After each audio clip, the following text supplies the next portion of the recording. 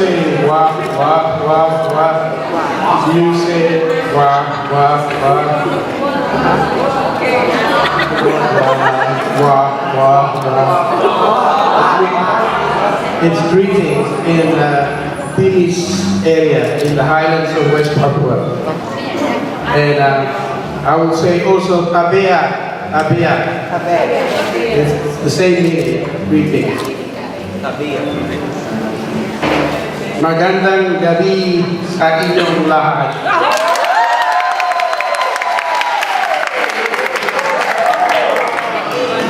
I don't know how many of you understand about the problems that we face in West Papua, though it's actually very close. It's only about 2 hours flight, and there is a direct flight from Davao to West Papua. We are hoping that by next month there will be a direct flight open from Davao to West Papua.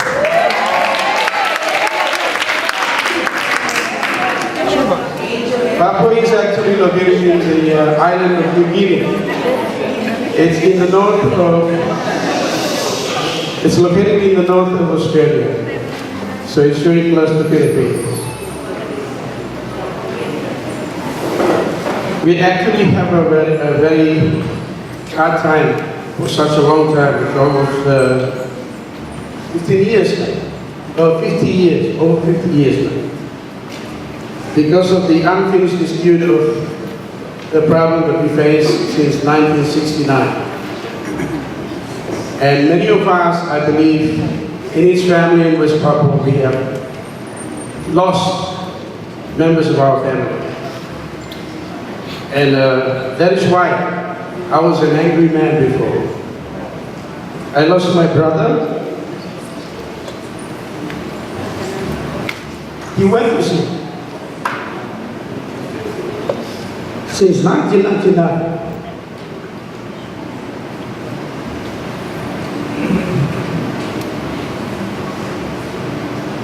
But I'm very happy because tonight I'm standing here in front of you, being a peace builder. And I believe that through this training that we've been through for the last 2 weeks that I've been to, it will help me to commit myself fully into what I believe can change the world. The last week I was with Joanne and Busin from Myanmar. They help us a lot in understanding what is peace building and what action we should do if we could. We've learned a lot about the values of peace building, which going to help us, to guide us into true actions with clear goal. So I'm hoping that by finishing this night, each one of us have a clear goal on what to do when we go back to our respective countries. There should be no bias that we are supporting peace building, but at the same time we are also working on something else that is not supportive to what we believe. And this week, I'm very happy also because I learned from 2 respected persons, Pat and Joanne, about how important it is our culture and identity as a resource for peace building. And I believe each one of us has a culture that will develop our values, our practices that can be used in our peace building process in our respective countries. And I'm hoping that these values that we gain from our culture and beliefs and practices can be integrated into our working for peace building. Because sometimes we, without realizing, we undermine our own culture.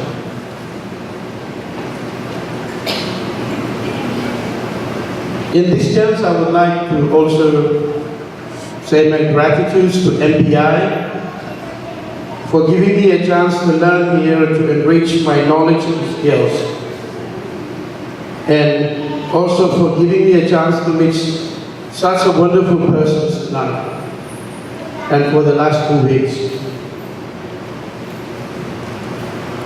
And I want you to remember that now I am the family of NBI.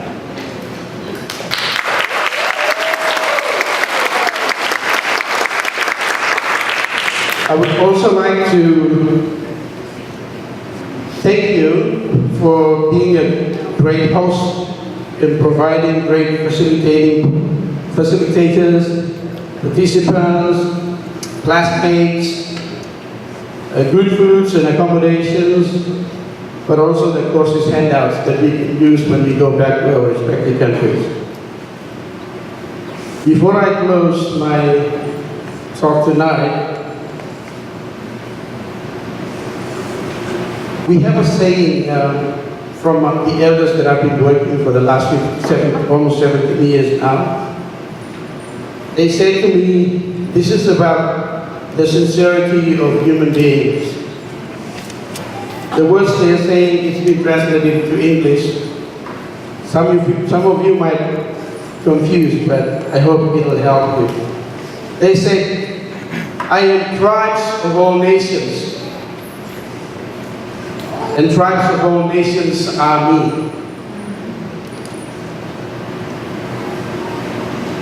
Meaning that we are all human beings. When we realize that we are all human beings, we ought to love each other, not to kill each other. The second story I would like to tell you was when I was in Canada for a training in Toronto on social action for change.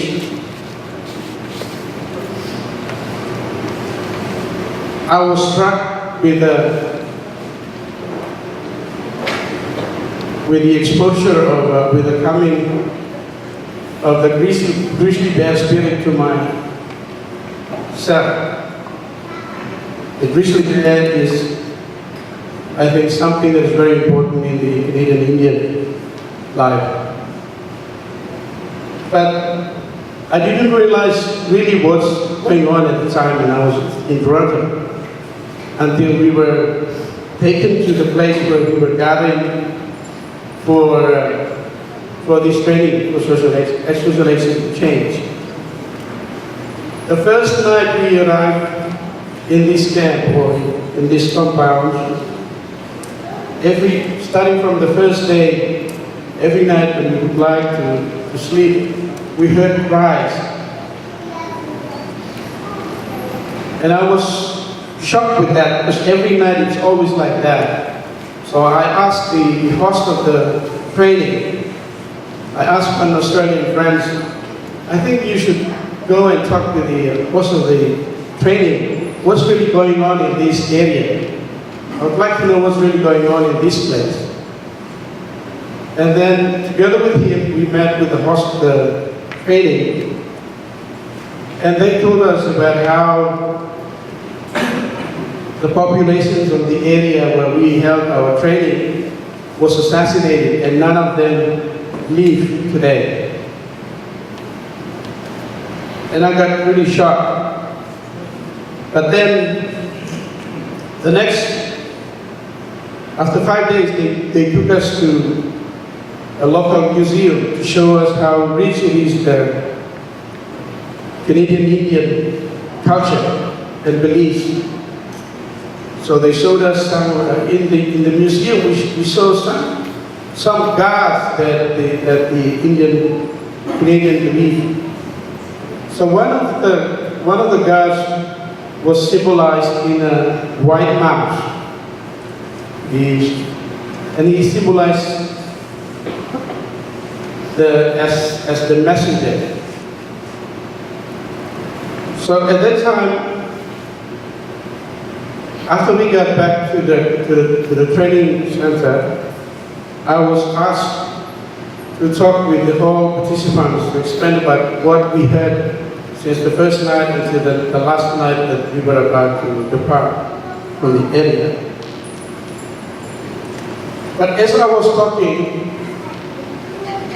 these Australian friends of mine was praying in front of me, praying very loud. And I got really confused. Why you were praying? You're a man. But after the talk, he came and told me that he always called me Kaka. Kaka is big brother. And he said, Kaka, when you're talking, actually the White Mouse is standing behind me. And that is why he was crying. So I said to the host and all the participants that tonight I'm going to hold a little ritual for the people of this land. And I'm going to make a bonfire. If anyone would like to come, they're welcome to join. And I was very happy because almost all participants involved when we made the bonfire at that night. So we stood up for about from 8 o'clock until 4 o'clock in the morning. After everyone went back to their rooms, I went back to my room.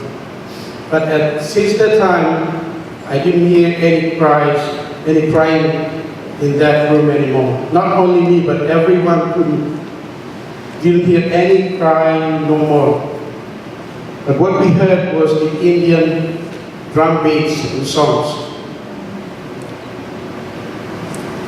What I would like to say from this story is actually, sometimes we have to understand that there are unseen that we have to appreciate.